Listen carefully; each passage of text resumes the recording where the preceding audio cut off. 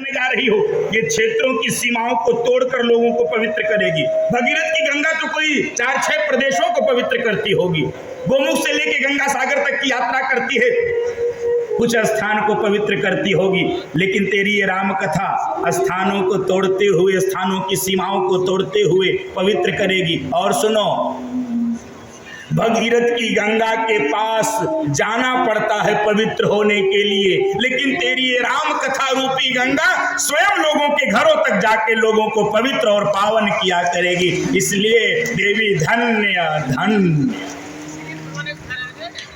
अच्छा, एक ही बार धन्य बोल देते, 2 बार क्यों बोले? एक ही बार धन्यवाद से काम चल जाता, 2 बार क्यों बोले? धन्य धन्य गिरिराज कुमारी।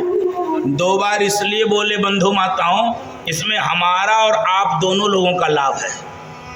हमारा माने वक्ता और श्रोता दोनों का लाभ है, इसलिए 2 बार धन्यवाद बोल रहे हैं। भगवान शंकर ये कहना चाहते हैं कि राम कथा को सुनने वाला भी धन्य होता है और राम कथा को बोलने वाला भी धन्य हो जाता है। इसलिए देवी धन्य धन्य गिरिराज, तुम धन्य हो।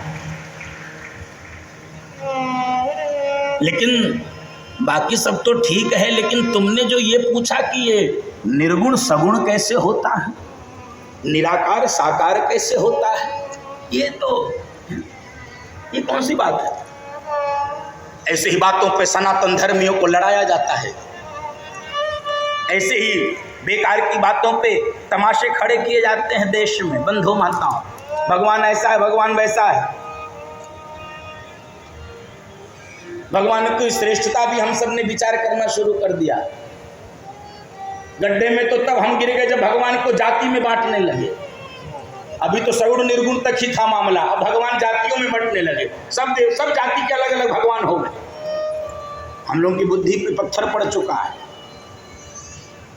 हम अपने को धार्मिक मानते तो हैं, बढ़िया चंदन लगाते हैं, धोती कुर्ता पहन लेते हैं, बढ़िया यज्ञोपवीत धारण कर लेते हैं, बढ़िया चोटी रख लेते हैं, बढ़िया मंदिर तीर्थ सब करते हैं, लेकिन बुद्धि में वही क्षुद्रता, वही भेद बुद्धि, वही कपट, वही छोटे छोटे जो काम अंग्रेज नहीं कर पाए, जो काम मुगल नहीं कर पाए, वो हम स्वयं कर लेते हैं।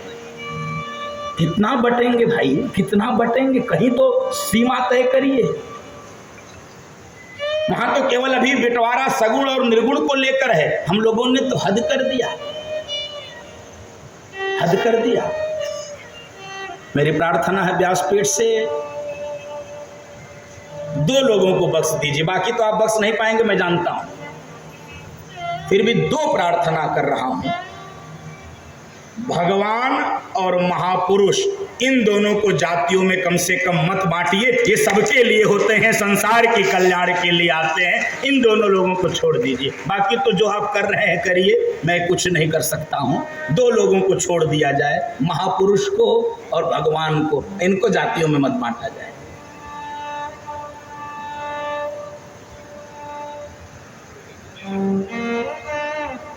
देवी निगुण और सगुण, निराकार और साकार, इसमें कोई भेद नहीं है। ये भेद हमारी बुद्धि में है। हम लोग से कई बार बहुत सारी बात इस प्रकार की जाती है।